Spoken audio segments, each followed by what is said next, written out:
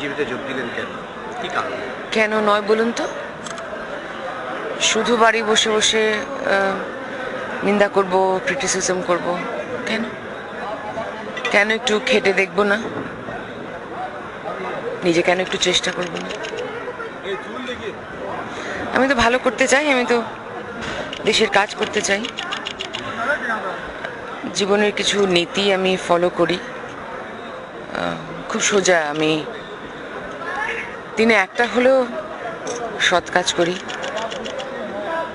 খুব সামান্য ঘটনা হলেও একটা হলেও মানুষের উপকারে আসি, খুব নগণ্য কিছু হলেও একবার কোনো না কোনো অচেনা অজানা বা পাশের কোন মানুষের মুখে হাসি জোগাবার চেষ্টা করি। এটা আমি করি, আমি এটাই করব, এরই একরূপ রাজনীতি। আর আমি বিশ্বাস করি ন্যায় আর অন্যায়ের দাঁড়িটা যদি খুব সোজা করে টানা যায় তাহলে রাজনীতি করা সহজ।